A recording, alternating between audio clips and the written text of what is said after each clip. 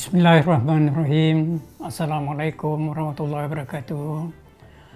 Saudara pengurusi majlis, saudara Nur Hanim, pengurus besar POT dan people of the remarkable talents.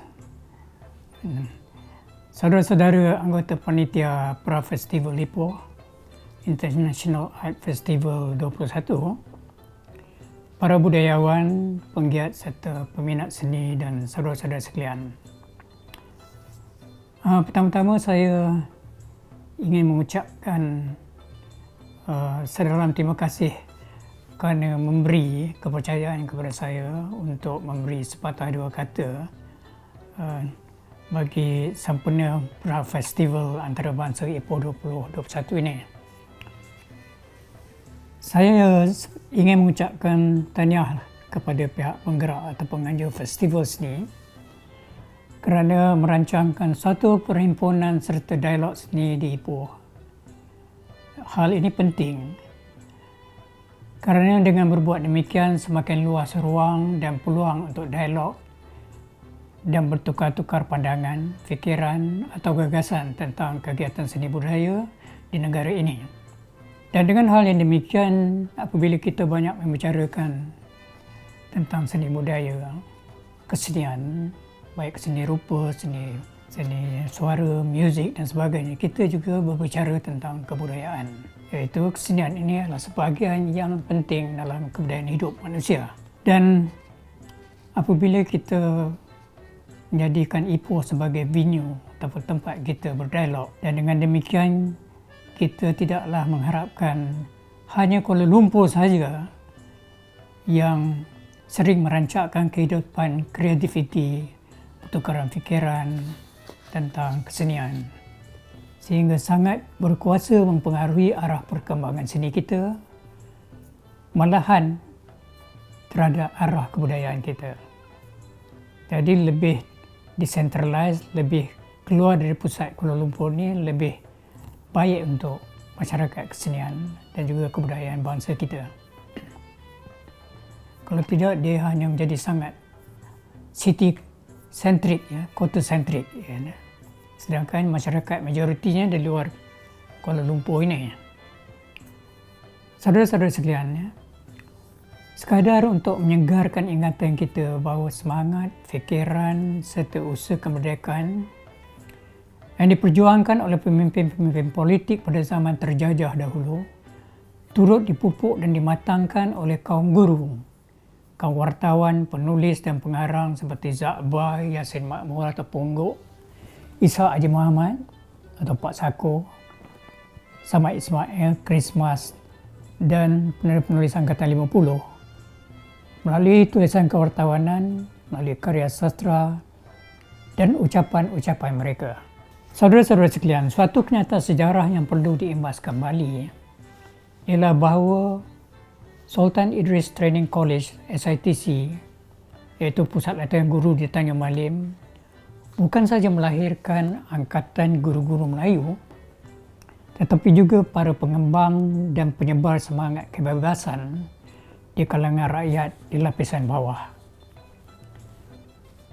Dan Maktab Melayu di Kuala Kangsar itu pula, iaitu Malay College, bukan sahaja mendidik anggota masyarakat dari keluarga istana, tetapi juga bakal barisan pemimpin dan pegawai pentadbir berpendidikan yang kemudiannya mengisi jawatan-jawatan penting pentadbiran negara apabila ditinggalkan ataupun dikosongkan oleh pegawai-pegawai penjajahan Inggeris waktu merdeka. Jadi dari segi peristiwa dan pengalaman sejarah di Perak ini, kejadian-kejadian yang berlaku baik di sungai, bukit dan tanjungnya seolah-olah menunjukkan etos ataupun ciri-ciri khas Perak sebagai penebus dan pembina maruah dan martabat bangsa kita. Dan kalau kita perhatikan kehidupan kesenian pada masa-masa yang sudah, iaitu selepas merdeka, ramai sekali bakat pencipta dan tokoh seniman ternama di peringkat kebangsaan terdiri daripada anak-anak Perak ataupun terdidik di Perak. Seperti misalnya dramatis Said Alwi, Rahim Razali, Sastrawan Negara Prof. Emeritus Muhammad Haji Saleh, dan juga pengarah dan pelakon teater Saudara Fauziah Nawi, dan pelukis Raja Azhar dan beberapa yang lainnya. Semua mereka ini adalah anak Perak dan datang berhijrah ke Kuala Lumpur kerana di Kuala Lumpur inilah peluang luas dan kemudahannya luas bagi orang berkarya dan mengucapkan dirinya.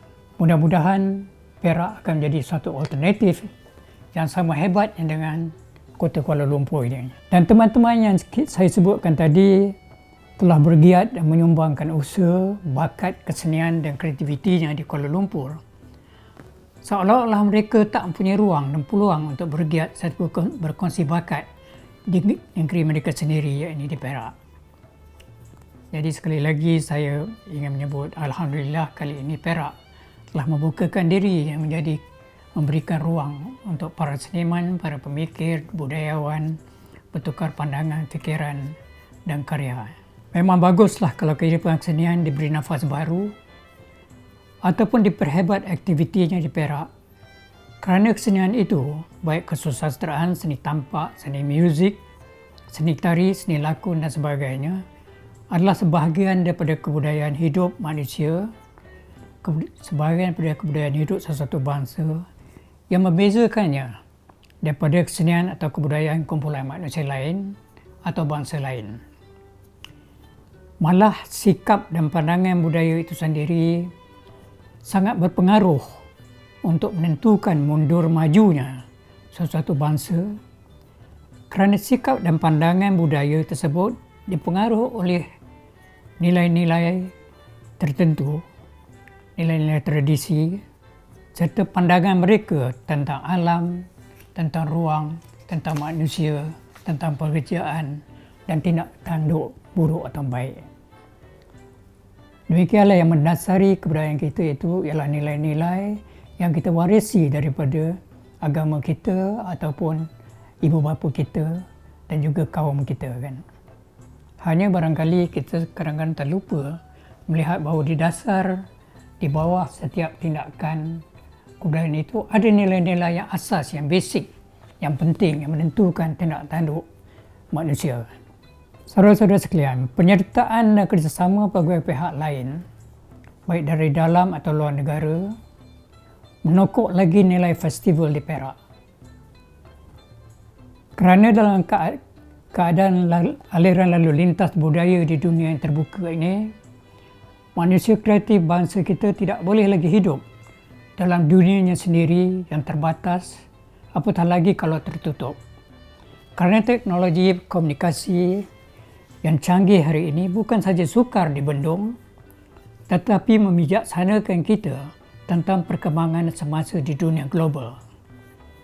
Dengan kebijaksanaan itu, kita akan lebih bijak pula untuk menilai tradisi untuk mempersiapkan kebudayaan bangsa kita secara lebih proaktif.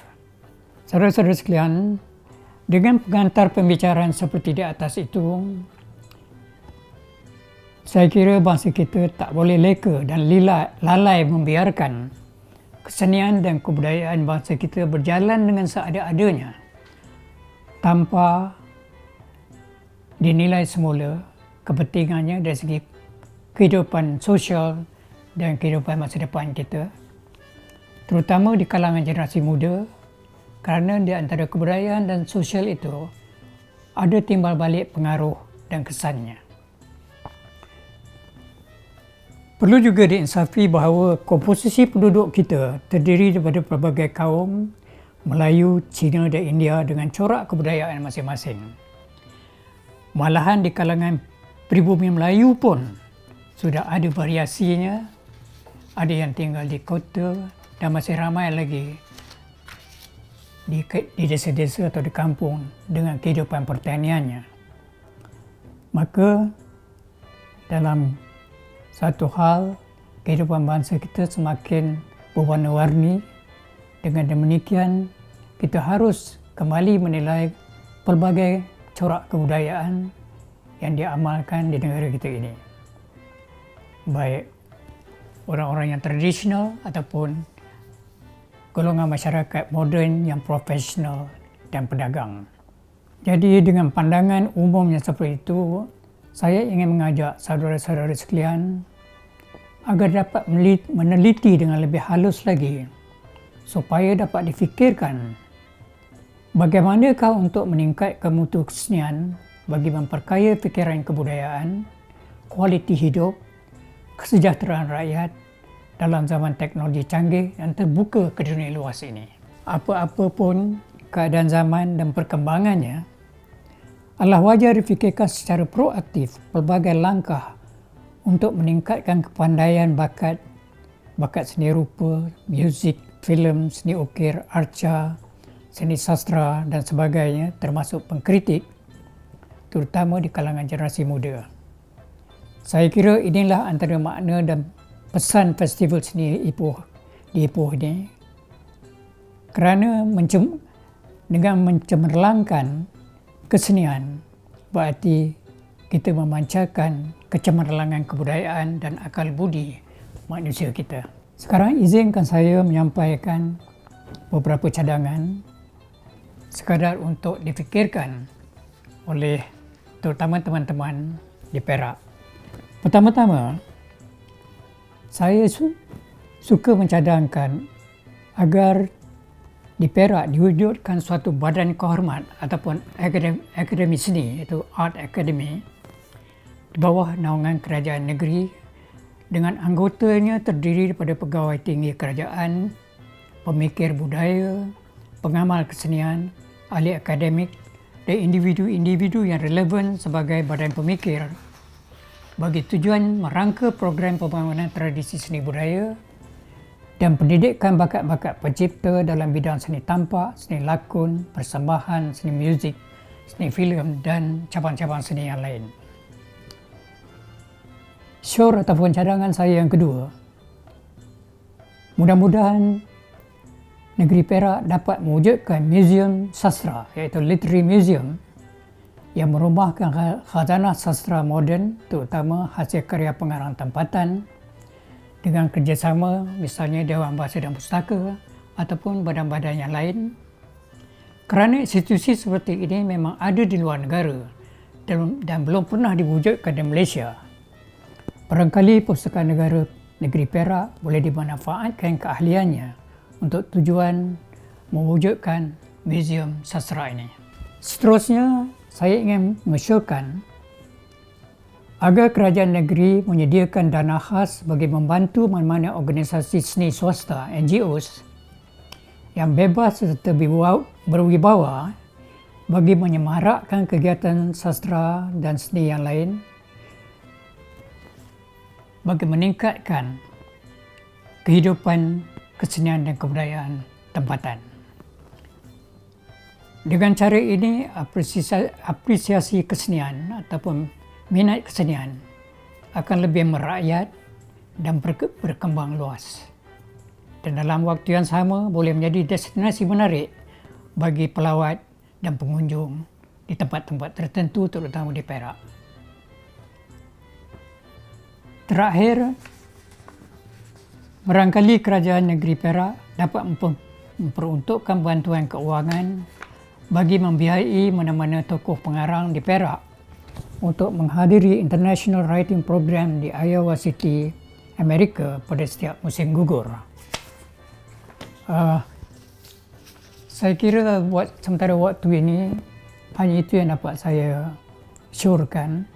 Mudah-mudahan pada dialog ataupun perbincangan yang lain kita dapat membicarakan tentang kehidupan kesenian ini dengan lebih wajar dan lebih terperinci. Saudara-saudara sekalian, sekadar untuk mengulangi maksud besar daripada ucapan saya tadi, saya sebenarnya mengimpikan Perak akan menjadi suatu gelanggang seperti Kuala Lumpur sebagai tempat berdialog, pertembungan pendapat dan pertemuan gagasan-gagasan baru kesenian dari pelbagai penjuru dalam dan luar negara, supaya kebudayaan dan akal budi masyarakat kita akan menjadi lebih indah, lebih rasional, terutama bagi matlamat memoden dan memadukan pelbagai kaum serta generasi.